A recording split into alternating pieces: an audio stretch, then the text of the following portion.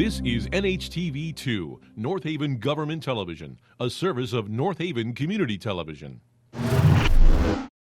The following program is brought to you through the support of the Town of North Haven. Good evening, ladies and gentlemen. My name is Stacy Yarborough. I'm the town clerk and tax collector for our town. This meeting is brought pursuant to Chapter 7, Section 706 of the North Haven Town Charter. And at this time, I'd like to call this meeting to order.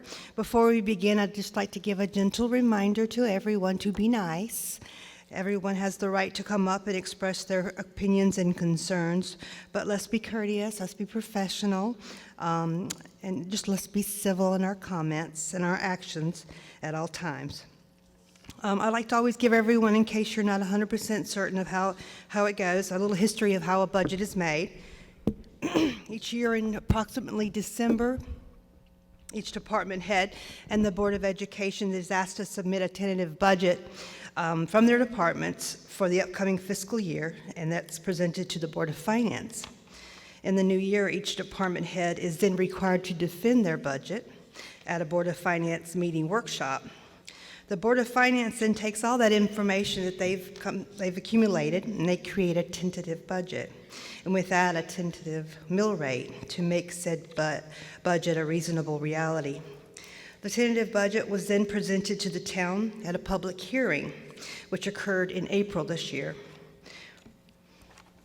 We then had our annual budget town meeting last month.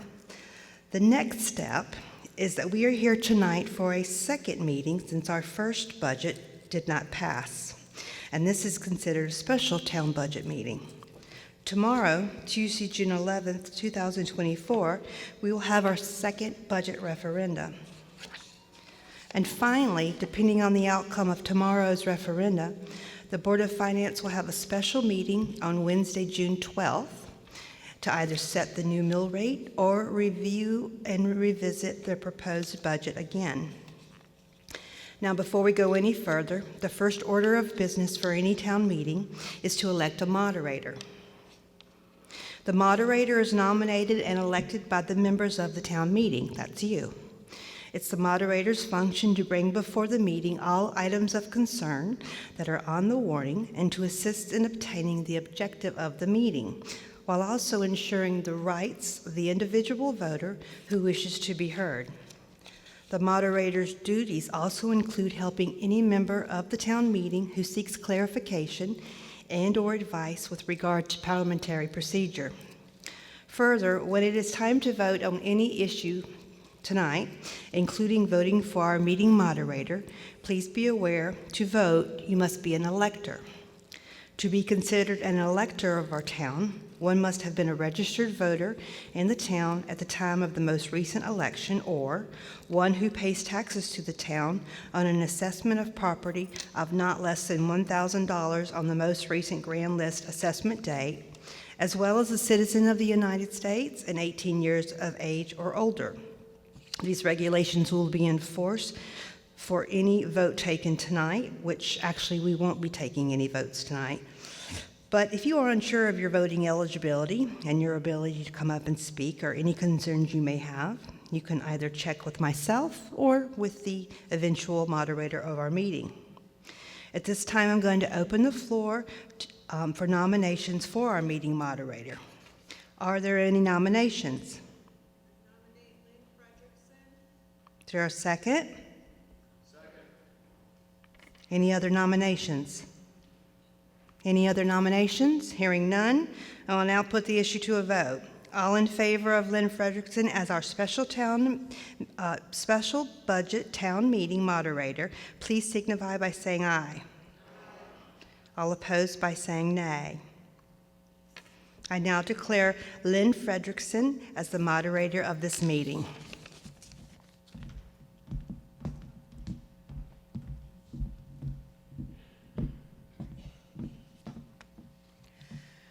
Thank you, members of the town meeting. At this time, the town clerk will read the call of the meeting.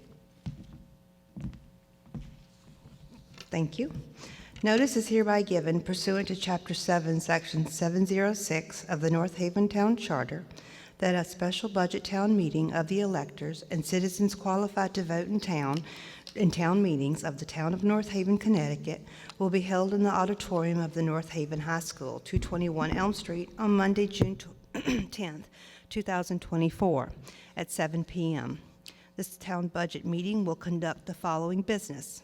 1, to consider and act upon the recommendation of the Board of Finance to take action regarding the budget for the fiscal year July 1st, 2024 to June 30th, 2025, and 2, pursuant to Section 7-7 of the Connecticut General Statutes, to adjourn said town meeting at its conclusion and to submit the question concerning the adoption of a budget for fiscal year July 1st, 2024 to June 30th, 2025, to a vote by paper ballot on Tuesday, June 11th, 2024, including the establishment of the exact hours of voting at referendum pursuant to Connecticut General Statute Section 7-9B. That voting will take place between the hours of 6 a.m. and 8 p.m. at the following North Haven polling place only. All districts: Mildred Wakely Recreation Center, 7 Lindsley Street. The aforesaid recommendation will be placed on paper ballots as the following question. Shall the town of North Haven, in accordance with the recommendation of the Board of Finance, approve and adopt a budget consisting of $64,022,728 for the Board of Education and $64,557,603 for the town government, for a total amount of $128,580,331 for the fiscal year July 1st, 2024 to June 30th, 2025. Voters approving said question will vote yes, and those opposing said question will vote no. Applications for absentee ballot are available at the town clerk's office, 18 Church Street, North Haven, Connecticut. Please contact the town clerk if you have any questions and or concerns. 203-239-5321, extension 630. Thank you. And as a note, please note establishment of due date and number of installments for the payment of property taxes, real estate, personal property, motor vehicle, and supplemental motor vehicle in accordance with Section 12-142 and 12-144A of the Connecticut General Statutes has been previously voted upon at the May 13, 2024 Budget Town Meeting, dated at North Haven, Connecticut, the 24th day of May, 2024, and signed by the Board of Selectmen, Michael J. Frieda, William J. Piper, and Sally J. Blamey.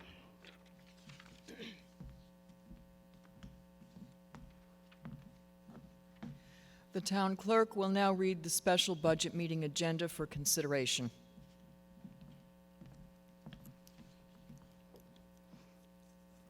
Okay, again, number 1 is to consider and act upon the recommendation of the Board of Finance to take action regarding the budget for the fiscal year July 1st, 2024 through June 30th, 2025, and 2, pursuant to Section 7-7 of the Connecticut General Statutes, to adjourn said town meeting at its conclusion and to submit the question concerning the adoption of the budget for fiscal year July 1st, 2024 to June 30th, 2025, to a vote by paper ballot on Tuesday, June 11, 2024, including the establishment of the exact hours of voting at referenda pursuant to Connecticut General Statute Section 7-9B.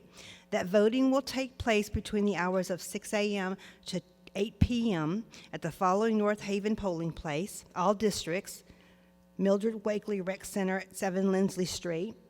The aforesaid recommendations will be placed on a paper ballot as the following question. Shall the town of North Haven, in accordance with the recommendation of the Board of Finance, approve and adopt a budget consisting of $64,022,728 for the Board of Education and $64,557,603 for the town government, for a total amount of $128,580,331 for the fiscal year July 1st, 2024 to June 30th, 2025. Voters approving said question will vote yes, and those opposing said question will vote no.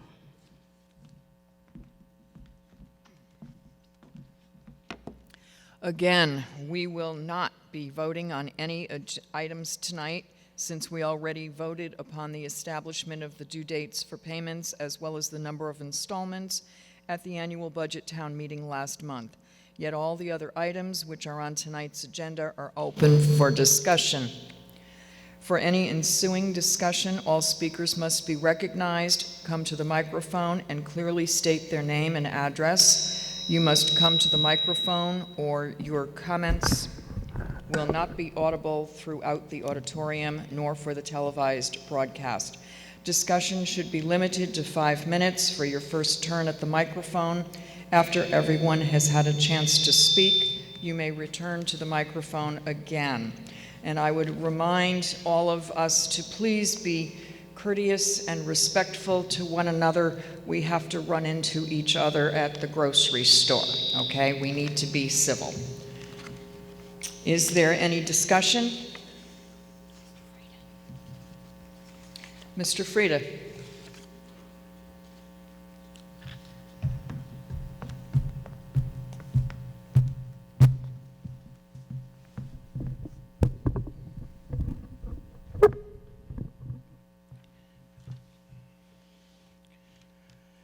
Well, good evening, everyone, and welcome to this meeting. I appreciate everyone's attendance.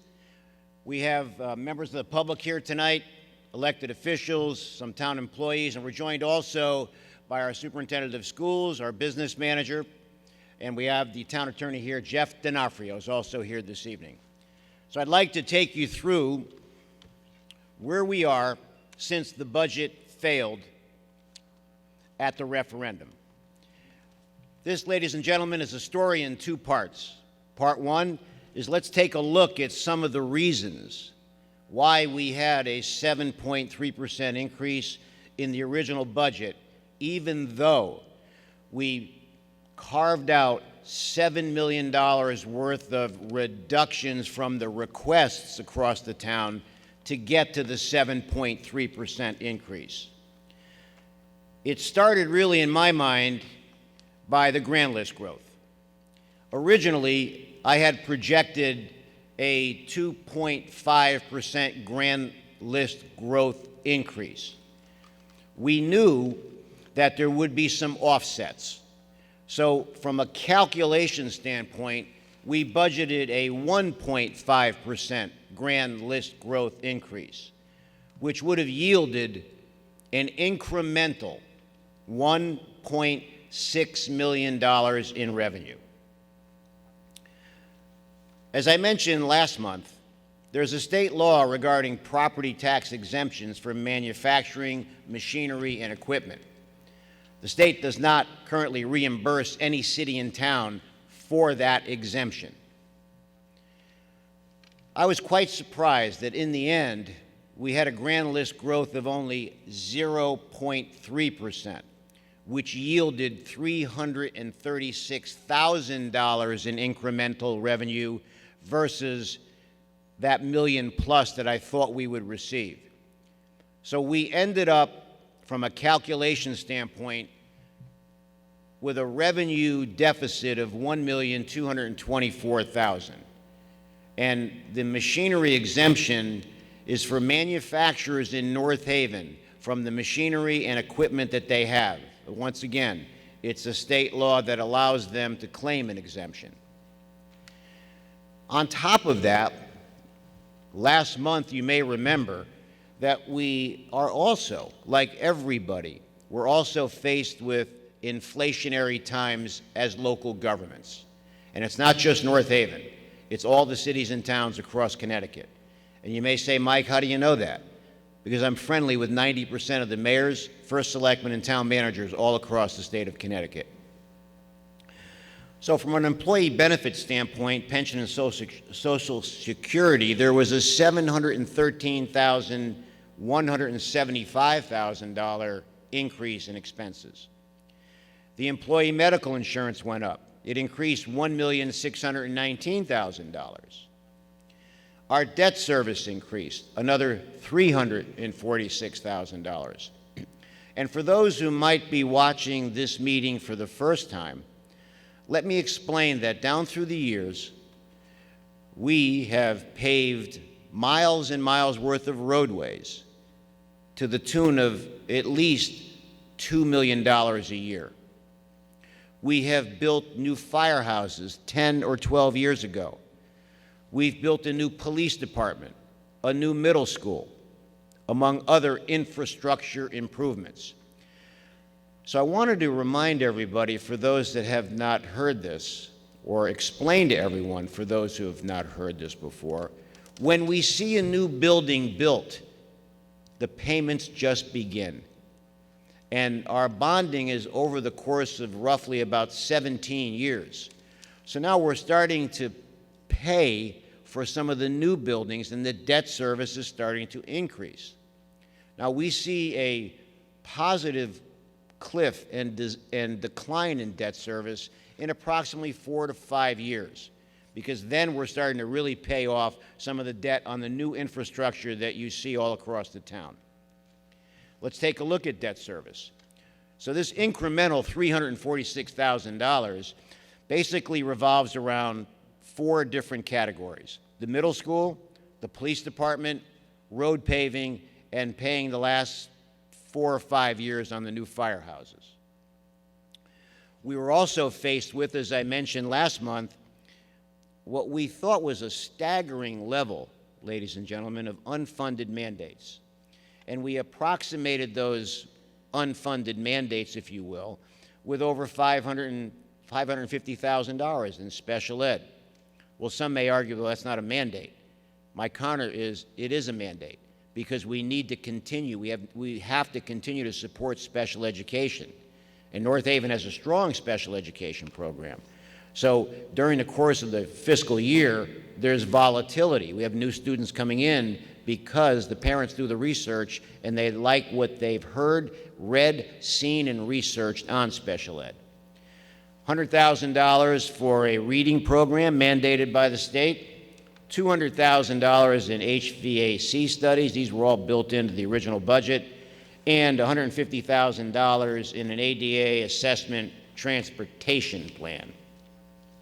So the total unfunded mandates were about $1 million. Now let's take a look at what this totals. When we factor in the fact that $1,265,000 was a revenue decline from the grand list, from what we originally projected, when we take into consideration the expenses of the employee benefits, $700,000+, the $1.6 million in employee benefits, health insurance specifically, debt service $346,000, and the unfunded mandates roughly $1 million, almost $5 million in the hole just from these 5 items. And that is difficult to make up sometimes without dramatically cutting services, which we really did not and don't want to do. Now, the total capital requests in the original budget were $1,308,000. I mentioned inflation. A quick review of what municipal services have been affected by inflation. Fuel costs continue to rise for our vehicles and for our buildings. Electrical costs, electricity, building maintenance, the labor costs. Because many times, ladies and gentlemen, we have to hire outside contractors to do most of the building maintenance. Drainage, catch basin installations, the cost of doing that has risen dramatically. Bridge work, what was once a project that cost $150,000, has doubled, actually 2.5 times more. And we've done a lot of bridge work, drainage corrections across the town. Most recently, on the corner of Hartford Turnpike in Marlin. That project was astronomical in terms of cost from what we once thought it might be. Things like pool chemicals, equipment and maintenance over at our rec center, medical supplies used by our paramedics and EMTs. So the fire department has seen escalating costs just in supplies. Public safety, costs have risen there. Pension contributions, Towns and cities have to be very careful, ladies and gentlemen, that they don't fall into a trap, the trap of temptation. And that trap of temptation is many cities and towns see that line item in the budget and they say, I think I'm not going to make that payment. We're going to cut that by 2/3. Well, that's like paying a small portion of a credit card debt. You can never really recover if you don't fully fund the annual required contribution on the pensions. We mentioned health care costs, things like office supplies and postage, and I just illustrated the debt. Part two of this story, and that's why we're here tonight. Let's take a look at the revised budget that we'll be voting on tomorrow. Let's take a look at the actions taken by myself, the Finance Department, and the Board of Finance since the budget failed. So we made some changes in a bipartisan fashion at the Board of Finance. We listened to a lot of the thoughts from all the members, and we've added revenue, an additional $250,000 out of the fund balance. I had been reluctant to do it because the rating agencies want to see less reliance on that, but I agreed it would be the right thing to do for this budget. We've had a great deal of success in the revenue side on interest on short-term investments. Myself and Rich Monaco watch this very closely and look to reinvest where we can at the highest level of interest rates. Even though the feds were suggesting rate cuts, we agreed to add another $100,000 to our projection on revenue for interest on short-term investments. So from a revenue standpoint, we added $350,000. From a subtraction standpoint, we moved the police cruisers from $120,000 to $80,000. So there's $40,000 saved there. Associated with that, another $30,000 to fit out those cruisers for lights and sirens.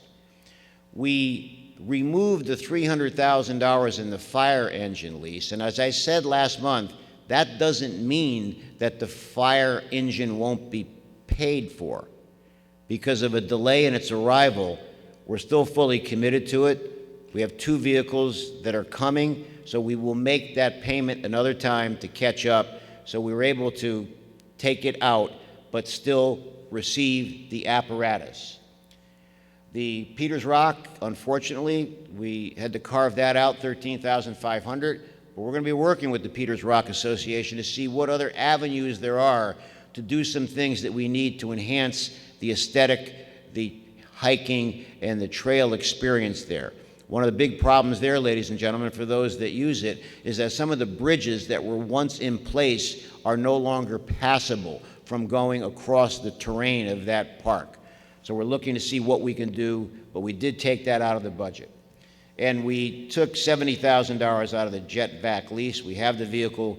We think we can manage that. So there's $453,500 there. We took some personnel full-time out of the police department. This does not mean that 2 officers won't be in the table of organization. They will be. So we took that out to reduce some expenses. The tipping fees on sanitation, we reduced that by $75,000. And for those that don't know, I am actively involved with this across the state. I sit on several statewide commissions and boards, and this is one of them, municipal waste. We're purchasing a repository, if you will. Repository is where we bring our trash. We're looking at the spot markets, and at least for now, we're saving $12 a ton for every load that we deposit. So I felt comfortable in reducing the $75,000. Equipment rental, we are going to pare that back by $85,000. Now, this CBRA payment is a tax incremental funding mechanism from 15 years ago that we decided to research this. We may have mentioned this last month. And we found that we didn't need to make this $118,700 payment.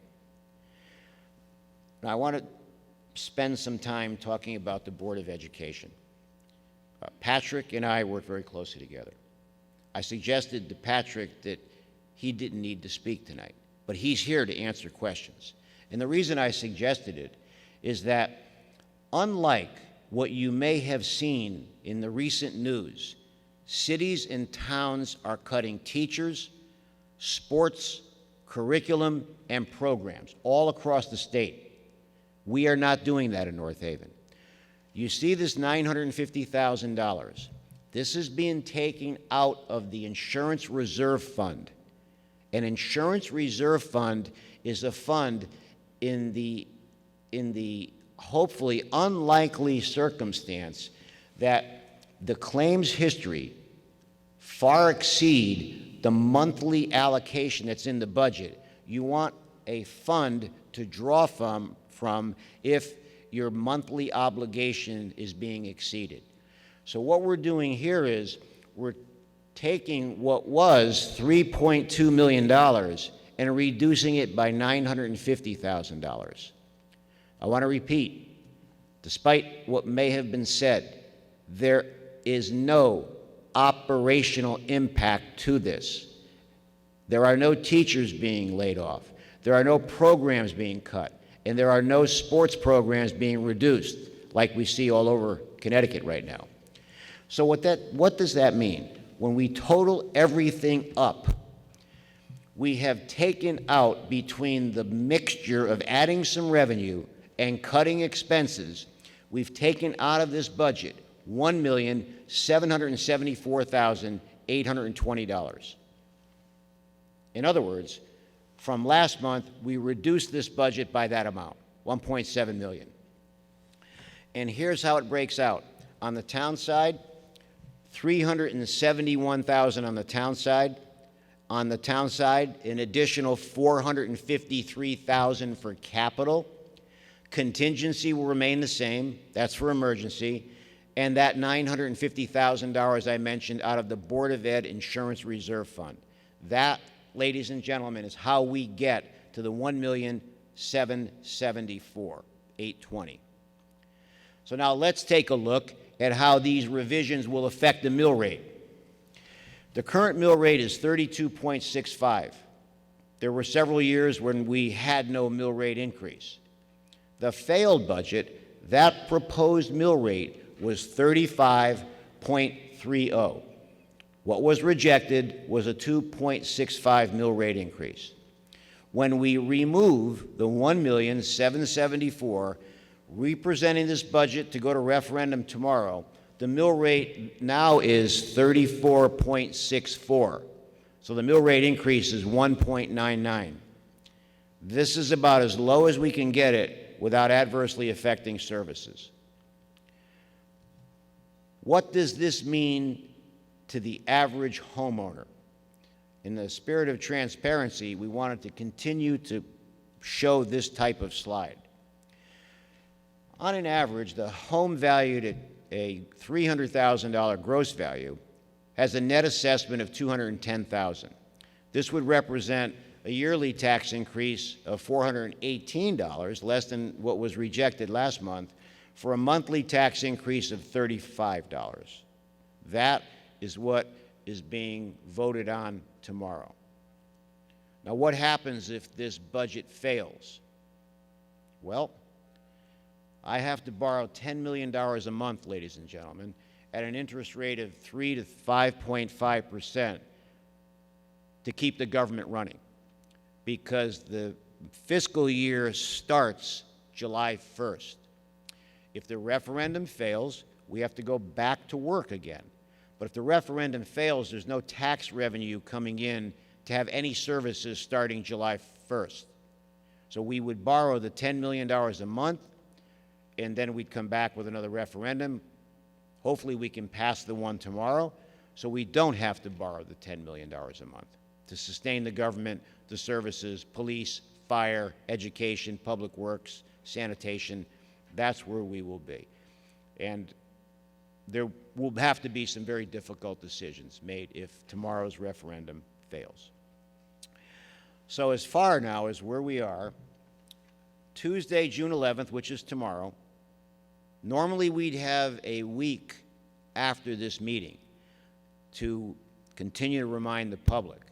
But we don't have the time, ladies and gentlemen, because the ballots had to be ordered by our town clerk, Stacy Yarborough. So we have to have the referendum tomorrow to avoid spilling into next year and borrowing this week for July 1st.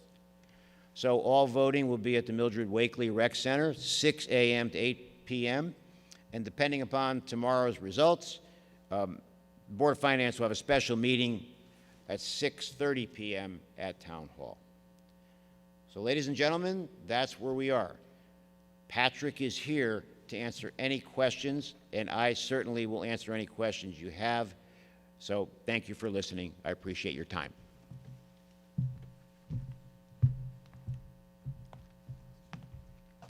Thank you very much, Mr. Frieda. Would others like to comment? Sally, come forward, please.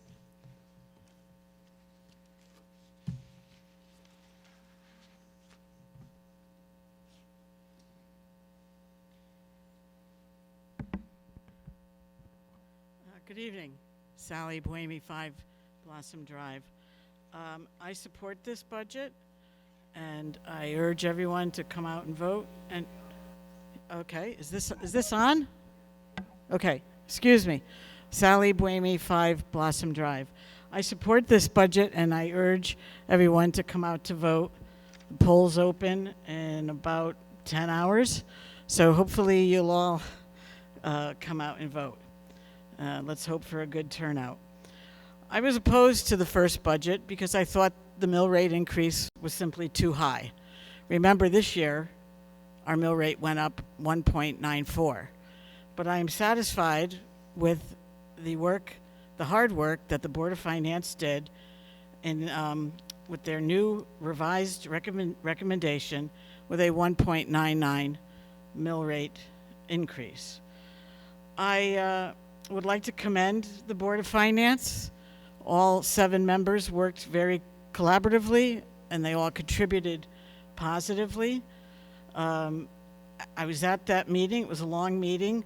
The Republican majority offered their first set of budget reductions, which was a total of about $1,988,000. It included $788,820 reduction from the town and $1.2 million reduction from the Board of Ed. The difference between the town reduction and the Board of Ed was $411,000. But with changes, and I would like to commend Board of Finance member Nancy Barrett, because I know for a fact that she worked incredibly hard looking at each expenditure line and revenue line to try to find ways to get this mill rate down. And as Mr. Frieda outlined, she had suggested some revenue increases, $600,000 to be exact. And the majority went along with $350,000 of her added revenue. She also had several spending reductions on the town side, and the Republican majority adopted one of those, $75,000 in the tipping fees.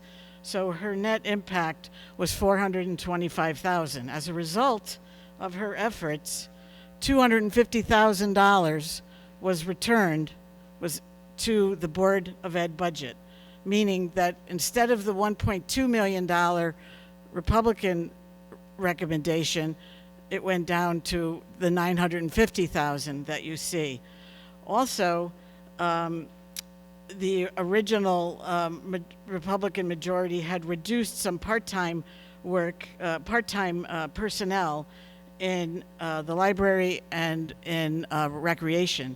And again, as a result of Nancy's contributions, those very important personnel were added back in. And finally, the mill rate went down from 2.03 to 1.99. But I commend all members of the Board of Finance for working hard and collaboratively to get this budget down. One of the things I like is that the town reduction is now $824,820, and the Board of Ed is $950,000. The difference is only $125,000, which is much better than the original Republican revised budget, which had the Board of Ed's cut at $411,000. So I like that as well. The Board of Finance, we're very lucky to have a Board of Finance that consists of many professional people who are all experienced in budgeting and finance and management, and they worked very hard to fulfill their charter responsibility of recommending a budget. It is their responsibility, the Board of Finance, to recommend a budget for us to vote on. We have the final say. 30 yes or no. seconds. Thank you. And as we saw on May 21st, 53% voted no. So the system works. It's a good system, but I again commend the Board of Finance, and I urge everyone to come out and vote tomorrow and vote yes and support this budget. Thank you very much.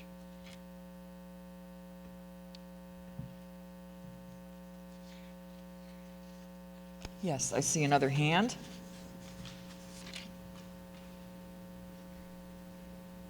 Hi, everybody. Amanda Gabriel, 18 Renee Lane. So I was standing outside the rec center prior to the last vote, and I had several folks express their concern over the BOE's alleged $3.9 million, quote, surplus. I wanted to take just a moment to address this directly because, to the best of my knowledge, the BOE does not have a surplus. There was talk of a projected surplus based on logic with which I do not disagree, which I do not agree, rather, and which does not take into account seasonality. And there was also discussion of our insurance reserves, which we talked about tonight. Let's talk about what an insurance reserve is. An insurance reserve is a specific pool of money set aside to cover future health insurance claims for BOE employees. Those are our wonderful teachers and staff. In the case of North Haven's budget, being self-funded means that health insurance claims are paid directly instead of paying premiums to an insurance company. To manage this responsibly, an actuarially recommended reserve account is maintained. 3 quick things to note. 1, the reserve is designed to ensure that there are sufficient funds available to pay health insurance claims as they arise. This includes both anticipated and unforeseen medical expenses. 2, actuaries are professionals who analyze financial risk using math and statistics. They calculate the appropriate amount that should be kept in reserves based on various factors, including the number of employees, historical claims data, expected future claims, as well as seasonality and trending. And 3, the reserve account is considered a liability from an accounting perspective because it represents money that the Board of Education expects to pay out for health insurance claims. It is not surplus money, but a financial safeguard to ensure the Board of Education can meet its obligations. A surplus, on the other hand, is an asset, not a liability, and is excess money that remains after all liabilities and obligations have been accounted for. It represents financial flexibility and can be used for various purposes. It's something that I'm sure our rating agencies would love to see. Unfortunately, this is not that. It is essential to distinguish between these two because they serve fundamentally different purposes. Mislabeling reserves as a surplus can lead to financial decisions that jeopardize the stability and reliability of our health insurance system. It is also noteworthy that our district faces additional known liabilities, including the maintenance of 4 aging elementary schools, none of which have air conditioning, compliance with unfunded mandates, adapting to an ever-changing safety landscape, and navigating a digital revolution. These significant liabilities underscore that our surplus is non-existent. I am proud of the way the Board of Education manages our finances from year to year. We maintain a carryover account that allows us to make some necessary capital improvements at opportune times, ensuring minimal disruption to our students. Additionally, we uphold an actuarially recommended medical reserve account to provide for our teachers and staff. We are not engaging in, quote, funny accounting practices, nor are we, quote, car salesmen, although there's nothing wrong with being a car salesman. It's a completely respectable profession. Our goal is to make sure that North Haven is the best it can be, and none of us wish to waste the precious resources entrusted to us. That being said, cutting from the reserves makes a lot more sense than cutting teachers. We consistently deliver exceptional value for our residents from an educational standpoint. Our district spends significantly less than our neighboring districts on education, yet achieves substantially better outcomes.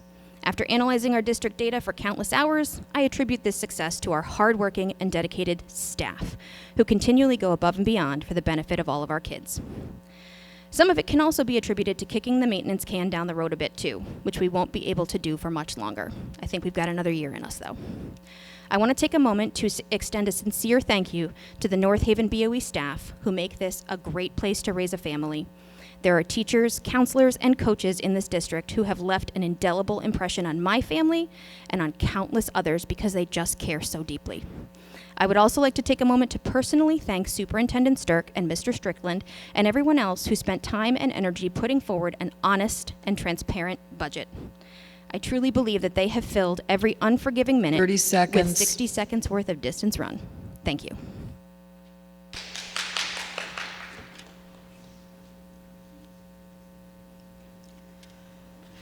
Would anyone else like to speak?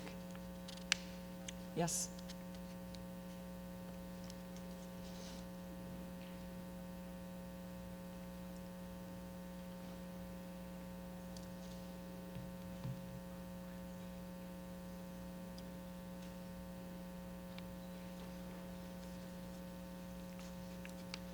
Mary White, Summer Lane. I have some statements, and then I'll end with a question for our first selectman, Mike Frieda.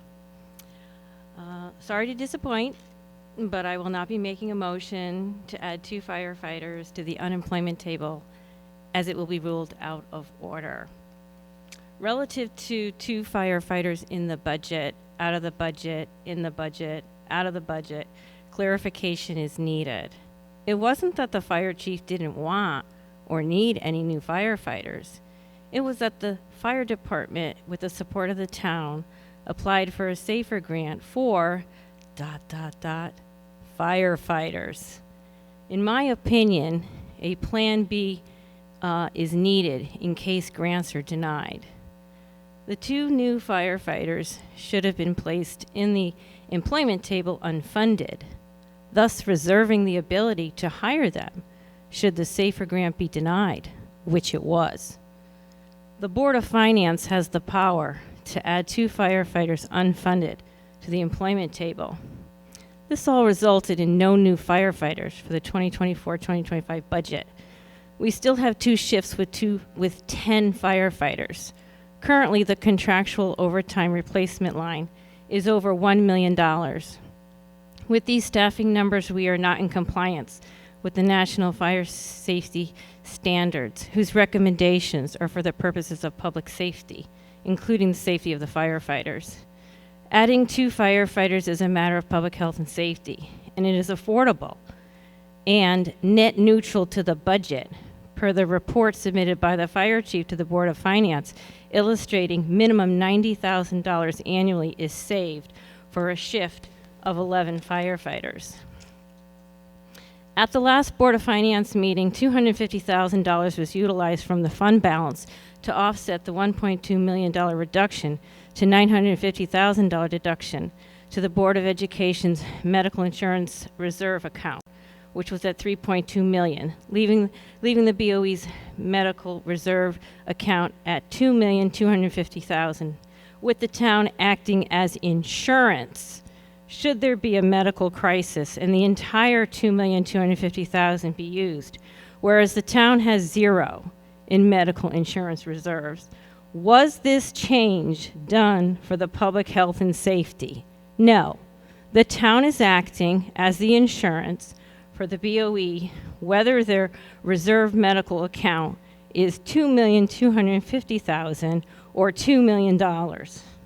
While I understand hundreds of needs and wants are requested by department heads and residents, not all are public health and safety. I suggest the lens needs, wants, and affordability be public health and safety needs, wants, and affordability. The fire chief has the Northeast Station improvements, $250,000, in the current fire department capital improvement plan. The Board of Finance chose not to fund that. This is a public health and safety need. West Ridge has 14 volunteer firefighters, whereas there are only 5 or 6 volunteers at Northeast. One of the reasons for 10 years, the second floor is unfinished, making it not conducive for volunteers, making it impossible for volunteer firefighters to stay there, and making it impossible to transform Northeast to a career fire station. Question: is the Board of Selectmen the entity by which to approve and move to a special town meeting the utilization of $250,000 from the contingency fund for the purpose of Northeast Station improvements? And how can that process get started?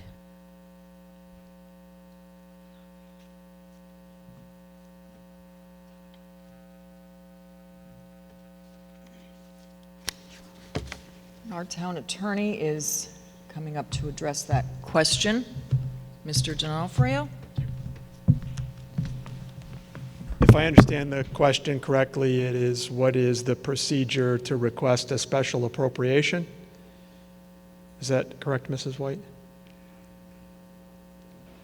Yes.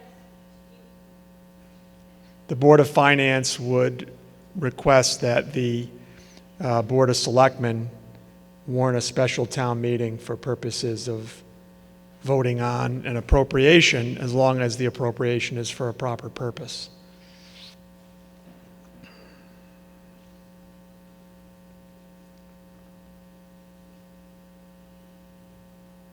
I just want to make sure I heard you.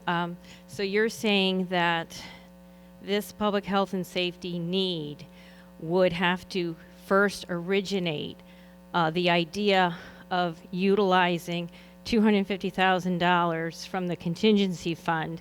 That would originate with the Board of Finance. They would make a motion and discuss it, and then it would move to the first, Board of Selectmen? Yeah, the Board of Selectmen would warn the special town meeting if it deems the purpose of the special town meeting to be proper. So if it's a financial request, if it's a special appropriation, it originates with the Board of Finance. Okay, so that's where it would begin if it were to happen. Yes. Okay, thank you. Sure.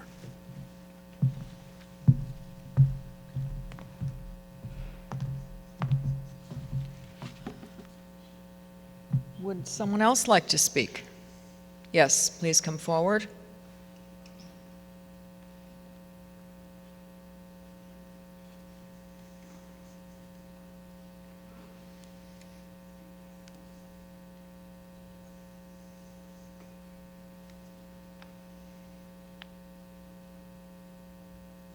Michelle Guglielmo, Curtis Court. This doesn't ever get easier, does it? I am here tonight to express my continued support of this budget as a parent and taxpayer in this town. I stood before you just a few weeks ago and talked about all the reasons why I support this budget for both the town side and the Board of Ed side. My sentiments have not changed. The main reason I wanted to speak tonight is to bring light to the fact that many towns and school districts are struggling with their budgets this year. It takes just a quick Google search to see that numerous Board of Eds around us are having to make some painstakingly brutal decisions on how to balance their budget. I am a teacher next door in Wallingford, and our Board of Ed faced a nearly $3 million deficit in their request. This resulted in numerous cuts to staff, including things like instructional coaches, nearly half of our first grade paras, our elementary Spanish program, and our last high school career counselor effectively closing the College and Career Center after the other counselor was cut last year along with 30 other positions. On the other side of us, Hamden cut nearly 30 positions in all middle school sports. And while Enfield is not as local to us as the other two I just mentioned, they have made headlines for cutting 130 positions in all middle school and 9th grade sports. Think about that and let it sink in for a minute. 130 staff members in all middle school and freshman sports. Think about the sort of impact that this will make on their students. These three districts are not alone in making these sort of cuts. It's in the headlines every day right now, as Mr. Frieda brought up when he was speaking. All of these districts are going to be asked to do more with less. Their class sizes will likely increase. People who are lucky enough to retain their jobs will be asked to do more to make up for the cut positions, but not given more compensation. They will be stretched thinner than they already are, but they will do it all because they love their students, and really, what other choice do they have? And again, we're not speaking about North Haven right now. We're speaking about what eventually could happen, right? So this is happening all around us. I would also like to note that many residents in the towns I mentioned are in an uproar over the cuts that were made, rightfully so. I appreciate that all of you are here tonight as concerned residents who want to be informed. I have seen many of you here with me throughout this process over the past few months, but it is so crucial that more people are getting involved and informed before it's too late. As a newly appointed Board of Ed member, I am grateful for the responsible management of funds by our town and our Board of Ed before my time. I am glad that as a new Board of Ed member, I did not have to decide who will lose their job. I am relieved that we have a healthy medical reserve to help us avoid these awful decisions this year. But as you heard my friend Amanda come up and say earlier, this is not a surplus. This is not someplace we can continue to dip into until it's gone. This is a reserve that needs to be healthy to protect our employees in case of emergencies. Dipping into this fund will have residual effects in future years. I stand here tonight hopeful that North Haven will continue to be fiscally responsible and support the budget on both sides. One of the hardest things I've had to do so far in my new appointment has been to combat misinformation that gets shared. One frequent misconception I hear over and over again is that this town allocates too much money to the Board of Ed. This is not true. If you compare our budget with others in our DIRG, we are at the very bottom of allocation of funds. We are one of only 2 districts that allocates right around the 50% budget to education. The other 22 districts in our DIRG allocate more than 50% to Board of Ed, most of them close to 60%, and some of them as high as 78% to their overall budget to education. But as you also heard earlier, we get far better results with the money we are given when comparing within our DIRG. I want this trend to continue. I want to continue to work in partnership with the town to make decisions that are in the best interest of our children. I would also like to thank tonight Mr. Frieda, Superintendent Stirk, and all of the other elected officials and central office admins that value this collaboration and want to continue to work together. I appreciate all of the hard work that went into this budget process on both the town and Board of Ed side. My husband and I made the decision to move to North Haven to raise our family because it was obvious that North Haven values education, and we have been extremely happy with the school system 30 thus seconds. far and everything this town has to offer. I will be voting yes tomorrow in support of this budget. Thank you.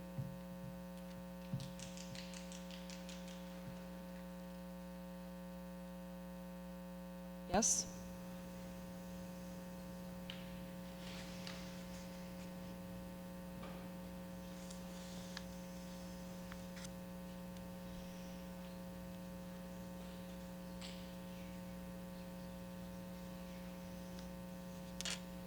Good evening, Sherman Katz, 40 Sherwood Drive, resident of North Haven for 58 years. Seen a lot of budgets come and go. I'm not here to micromanage anyone's budget.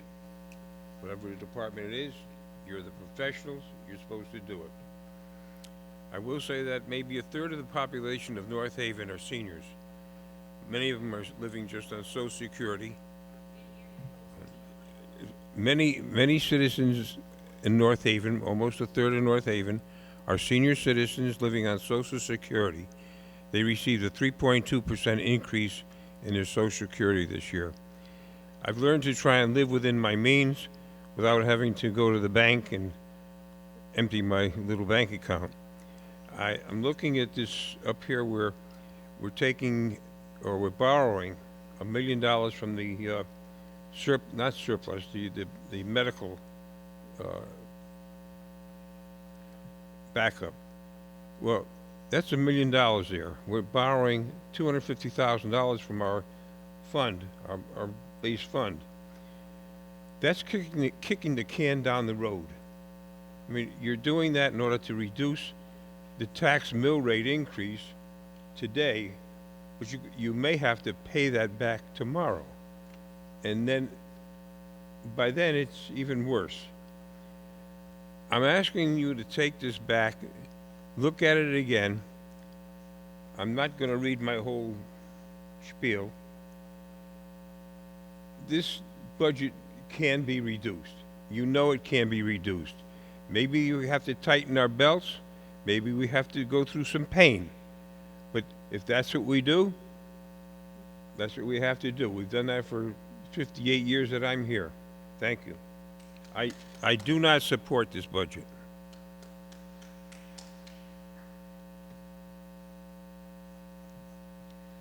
Additional speakers? Yes?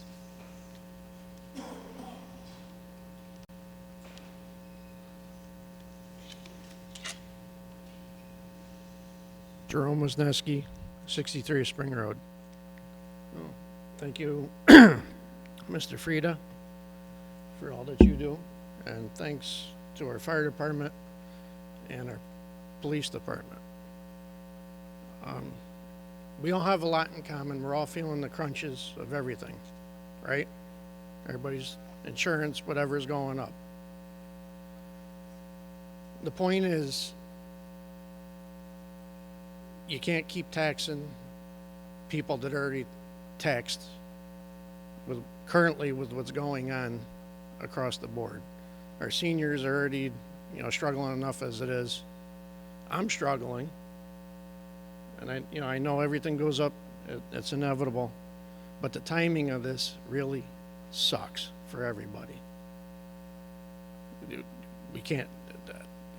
What I say is, leave it alone till next go around, and then see about increasing the taxes a little bit. But right now, not a good time. It's not good for just the average person in here. I don't know how many of you are making millions of dollars a year, but I know I'm not. And the little tiny raise that I did get this year is going to go more than negative just in the cost of my medical insurance going up where I work. Not to mention my homeowner's insurance went up $100 a month. And as I'm sure a lot of you people feel that too, right? Okay. What I'm going to ask you to do, Mr. Frieda, is see if it's possible to not do anything this time, or keep it at a very minimum, because we're all feeling the crunch across the board, and a lot of us just don't have it. And it's it's unfortunate, but we're all struggling.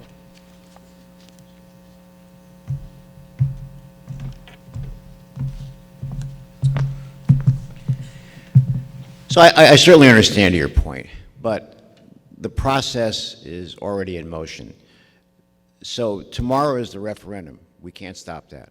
So the way it works is the public's going to vote tomorrow. So if the budget passes as we presented here, then we move forward. And that's the 1.99 mil tax increase. Now, if the budget fails, then we come back to what you're suggesting. But I can't stop the process right now.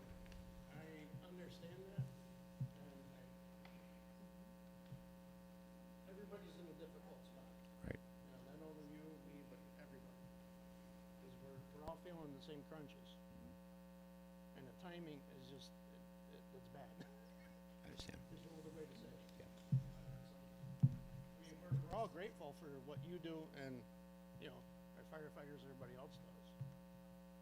That's no question about it, because the town has been running very well since you've been in office, and it's just the timing. It's not good. I want to shake this man's hand. I know you might be struggling, and I'm very sorry for it. I know it may have been difficult for you to come up and say the things you said tonight, but you're always welcome to come up. That's what this government is about, is hearing the people and listening to the people. But I hope you understand that the process is in motion. Yes, I understand that. So tomorrow is tomorrow, and we'll see what happens after that. Right? Thank you.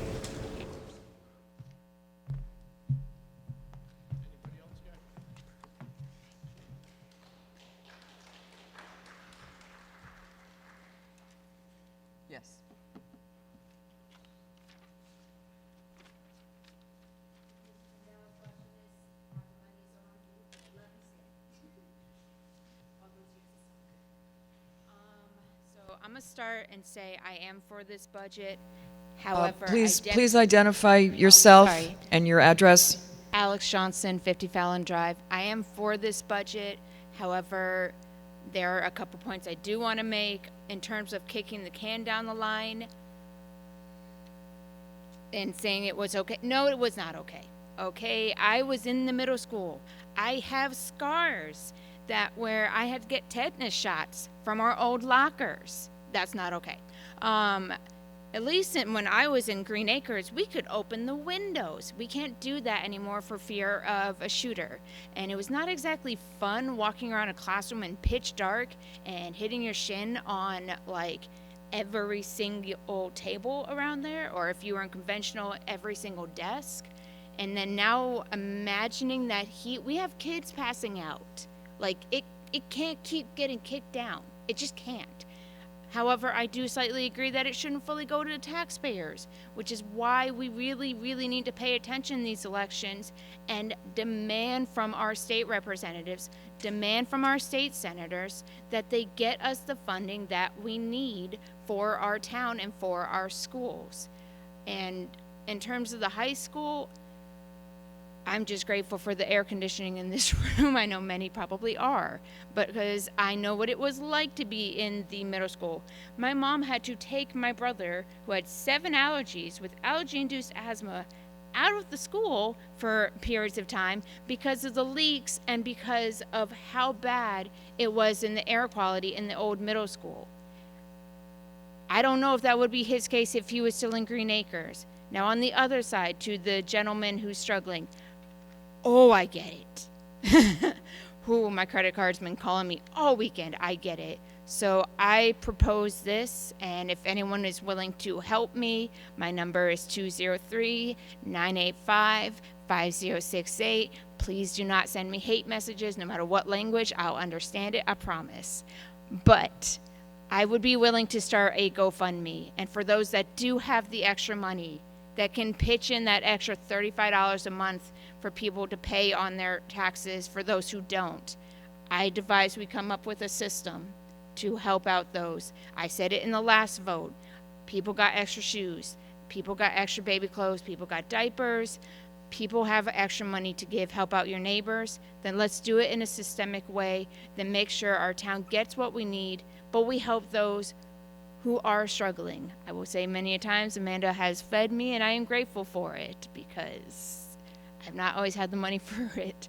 But I say that we do need to fund our town, but let's do it in an equitable way and help our neighbors, please. Please be considerate and knock on your neighbors. I know Betty is probably watching me. She knows I go knock on her door. She's going curbside voting with me tomorrow. She's about to be 90 years old, and she knows I will go anywhere and anything for her. If anyone came knocking on my door, I will sell my hair just to make sure they get what they need. Let's all have that attitude towards each other, please, so that we can fund the town we need, but then also not have like the gentleman who just spoke over there who is struggling and his family needs the help. Like, I'm serious. Who in this town is willing, like in this room, going to go over there and offer help?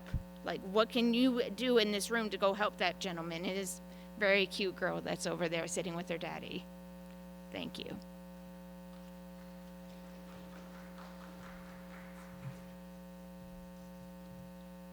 Yes?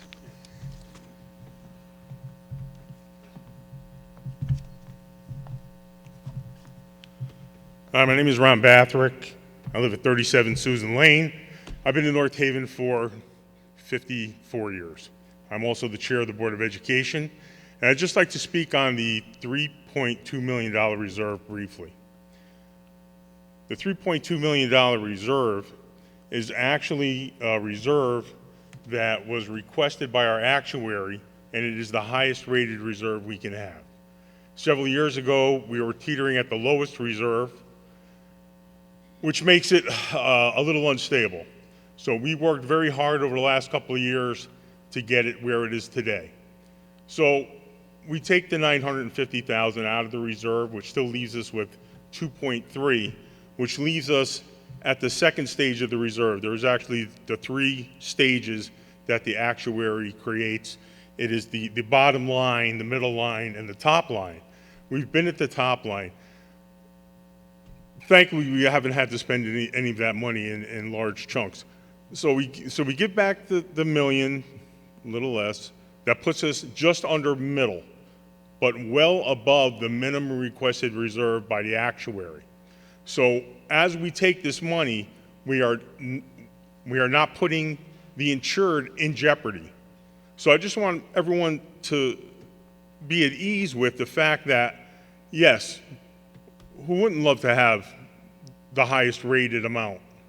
But at the same token, we all need to accomplish a goal that keeps this town moving forward in a very reasonable fashion and gives the town as much as it can get as far as services and educational need and safety for the insured. We have done that, and we will continue to do that. And even with this reduction, it will be done. And there's no need for a panic for anybody to think that, you know, we're on a shoestring and let's hope nobody gets ill. Let's hope nobody gets ill anyways. But the fact remains, we do have money and we are well situated, and the insurance actuary is very satisfied as to where we are and where we will be if this budget is passed tomorrow. So I would just like to say that I am in support of the budget. Hopefully this passes so we don't have to go back and start to go down to maybe that lower rating where we don't want to be. We were there several years ago and we worked our way to be where we are now. So with that in mind, I just want to let everyone know that, you know, again, the insured are covered and that we are not taking money and keeping our fingers crossed. Thank you very much.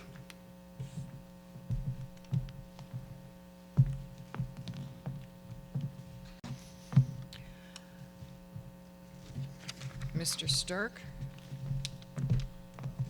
Good evening, everyone. I just wanted to respond to Ms. Johnson's comments. First of all, thank you for your support and your message this evening. But I did want to share that windows in schools, in our elementary schools, are opened under supervision. They are not just left open. We do have our SROs making laps around the buildings to ensure all of our students and staff are safe. In addition, the other comment you made regarding, why am I blanking out right now, that I wanted to talk through? Yeah, the old middle school lockers, I can't comment on those. Those are before my time.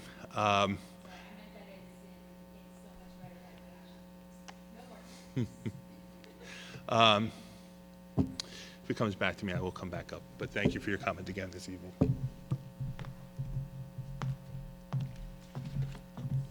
Additional comments?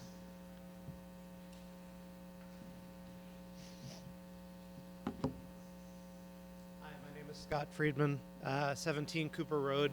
I'm going to make this uncharacteristically short. I support this budget. It's critically important that we fund our schools, that we fund our public safety, and that we fund our public works to continue our town moving in the right direction, so that regardless of what age you are, that once you sell your house, it'll be worth more than it was before. I also just want to say that one of the biggest things that you can do in terms of supporting your neighbors is supporting public schools. There's nothing, literally nothing in this world that both supports our town, supports property values, and supports our town's children moving on in a positive fashion. So I understand some of the pain that is felt when there's a tax increase. I just fundamentally want to say that if you want to support your neighbors, you really do need to support the public schools and frankly public works, because you know, when we were talking about what things to cut out of the budget after the budget failed, I know for me, I put additional money on the table to, you know, if there's less leaf clearance, I've got to pay for leaf clearance. So at the end of the day, I think we're at that stage right now where we pass this budget to support our town, because otherwise we're going to pay out of pocket individually. Thank you very much, and thanks to everyone who's involved in putting this together.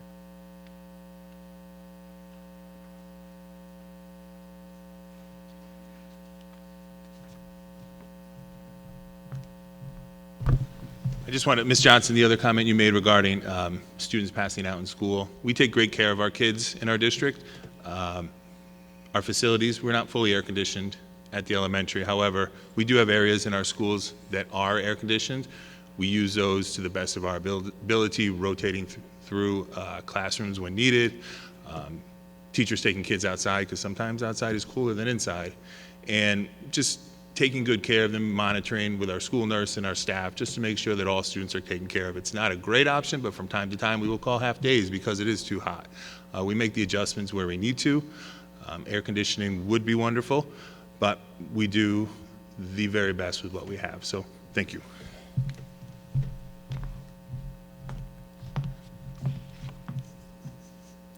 Would anyone else like to speak?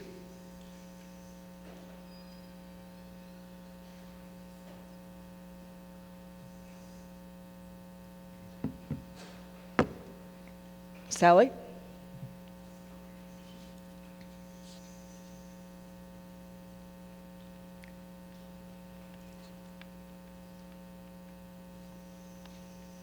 Yes, Sally Buemi, 5 Blossom Drive. I understand the concerns that some might have about the $950,000 coming from the insurance reserve. It's my hope that it won't, even though that is what you've seen on paper and discussed here tonight, it is my hope that it won't be that necessary to take quite that much for several reasons. First, at the April 9th budget public hearing, Superintendent Stirk gave an estimate for the upcoming fiscal year for the excess cost grant, which helps with special ed helps with special ed costs. And his estimate was $618,000. I think that's a little low. This year, I believe we got 828,000. We've been averaging for quite a few years between 800,000 and 900,000. Of course, several factors come into play in determining the excess cost grant, specifically how much eligible costs you have, and what's known as, I think, our wealth rate comes into play. Isn't that correct? And but for just like this year, the same amount of money is being made available throughout the state, which is $181.1 million for excess cost grant, and the formula hasn't changed. So I can't stand here and predict exactly what you'll get in excess cost. No one can. But I think your estimate of $618,000 is a little low, and hopefully you'll get $200,000 more than that or thereabouts. So maybe that will equate to $200,000 less reliance on the insurance reserve to make up for that $950. Also, I think that we've seen in recent years the Board of Ed have some unexpended monies each year, and a lot of that is attributed to vacancy savings. And I know that at any time throughout the year, there are anywhere from 15 to 20 vacancies on budgeted positions. So maybe with some vacancy savings, which happens every year, and the excess cost grant coming in a little higher than anticipated or predicted, the Board of Ed might not have to go into that reserve as much as that $950. Only time will tell. We'll see what happens at the end of the year. I do have a couple of questions for Mr. Frieda on some of the town side reductions. The Cobra CBRA payment of $118,750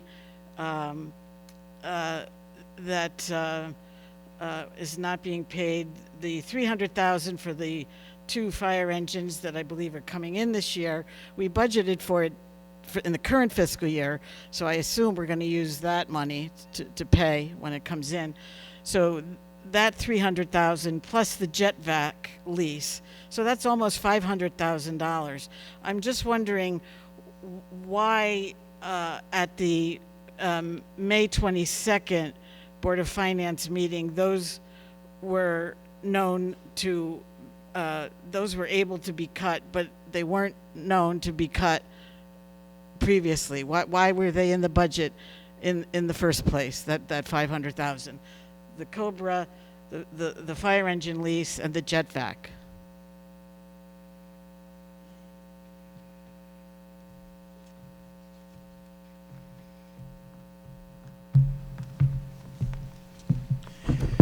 So the shorter answer to the question is that once the budget failed, we went back and did some analysis on a lot of these items that Sally just mentioned.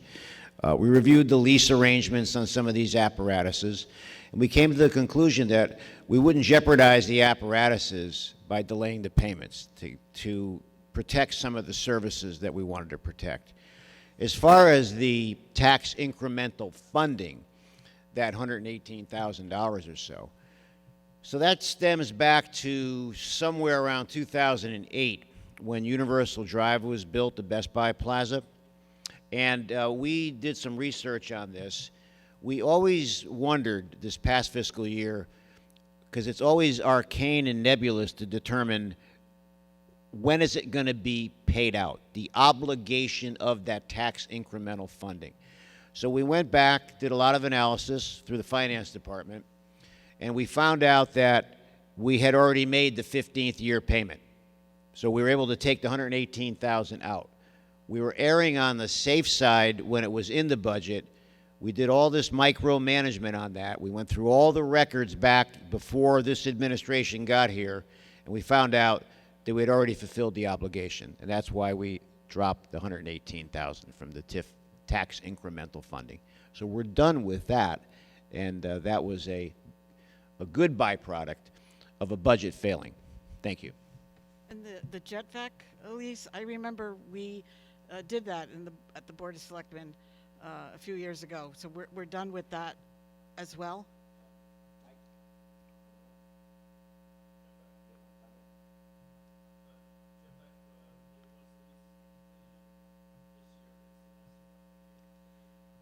Mike, you have to come to the microphone. Well, I could just say that it's been reported that it's paid. The lease is paid in full. Okay, so thank you very much for that answer. And I also read in the paper that in an article about 30 the seconds. New budget, that with the $85,000 equipment rental in streets and roads, that there might be fewer trips to pick up leaves, right? So I have a suggestion on that. I say make your first pickup about 2 weeks later, because every year they come to my house on my street and all the leaves are still on the trees. So maybe start it 2 weeks later and you won't need as many. Thank you very much for your time. Please vote yes tomorrow, 9 hours. Thank you.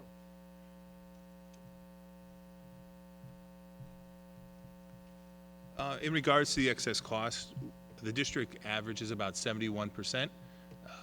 This past year, we received 68%. So the board, myself, Christian, are just trying to be a little conservative on our expectations. And Ms. Wemme, in regards to vacancy savings, we are very hopeful for some as well. However, there is a teacher shortage out there, and we're finding a lot of our applicants and our candidates are seasoned veteran teachers looking for a new home, so they come at a higher cost. And as I made the promise before, we hire the best teachers regardless of cost. So if that ends up being a seasoned, step 10, step 9 teacher, we're not going to make those type of concessions for our students. So thank you.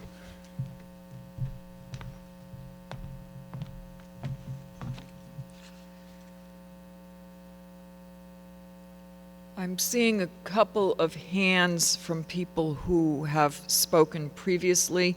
Is there anyone here who would like to speak who has not spoken already this evening? Yes.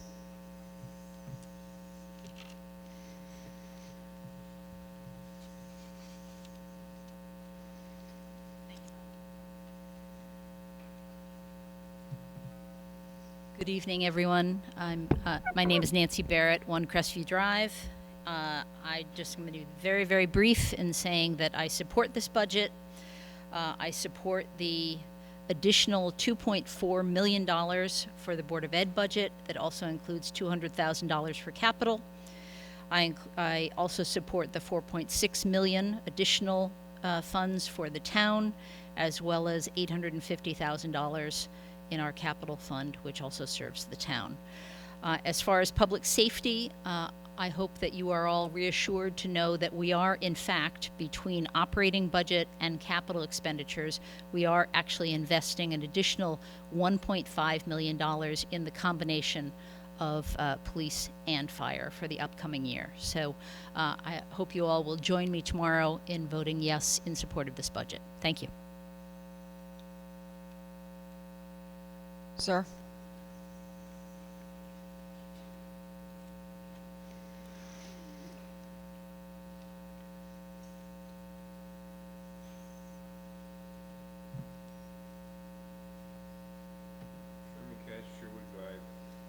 going to need some help from the first selectman, Mr. Frieda, and Mr. Stirk on this. In order to come up with a per student expenditure, am I wrong in thinking that you take the budget and divide it by the number of students you have? That's what you do, okay. Now this is for, yes.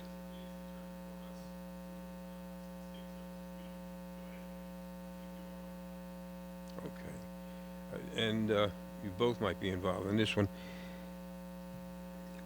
Presently, North Haven assumes the responsibility to Sir, pay. can you talk into the microphone, please?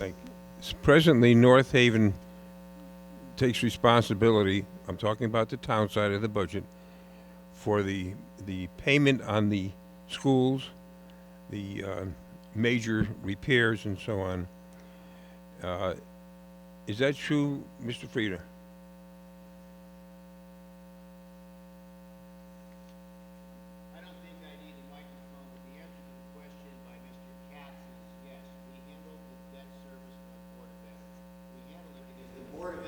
Raise revenue. We generate the revenue on our side. So we have always done it. I'm not sure across the state who doesn't do it, but by not doing it, it would have a tremendous impact on the services of the Board of Education. So the town has done it. Many towns do it. I think most towns do it, Mr. Katz. Well, are there some towns that don't do it? There would be some towns that don't do it. I don't know the exact towns. Because the reason I bring that up is that could change our per student expense. And we don't look very good because, as you said, we're down around the lower end of the scale. But if you include what the town pays for the schools and all the buildings, we get to be the upper end. And I think we should realize that the Board of Education is getting that money from the people.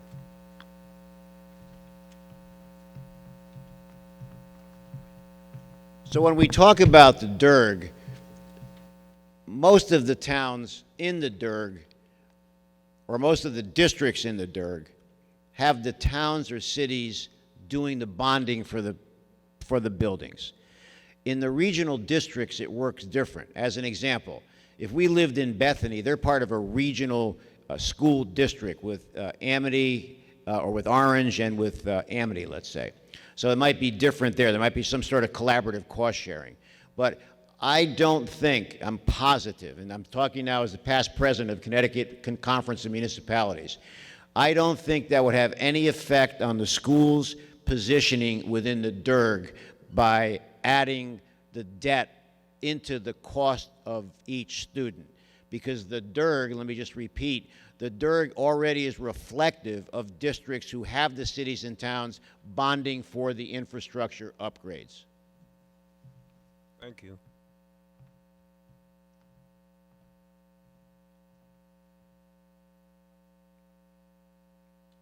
Any more discussion?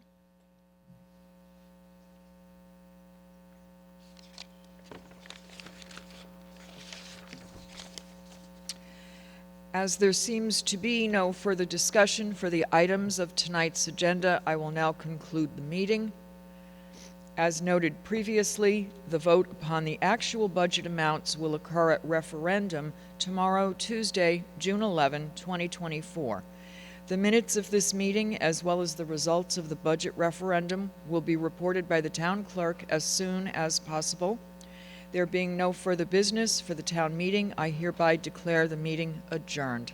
Thank you all for coming out. Please, all of you, remember to vote tomorrow and enjoy the rest of your evening. The preceding program is brought to you in part through a grant from the Town of North Haven.